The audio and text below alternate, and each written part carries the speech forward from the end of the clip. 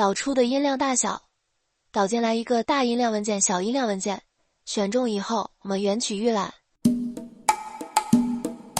这是大文件，小音量预览。好，现在我们开始随便选择一个效果，选择这个。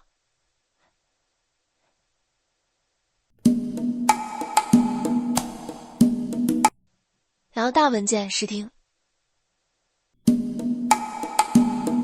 好，两个试听音量都已经统一了。这里输出的音量都是默认的统一音量，就是刚刚试听的音量。我们开始制作。制作完成。可以看到两个文件，我们再拖进来，把这个原分件给它删掉。我们试听一下。试听。小音量文件也是大音量，大音量文件预览。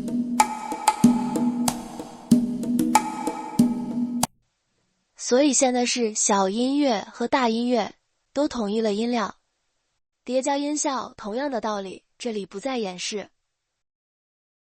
下一个教程再见。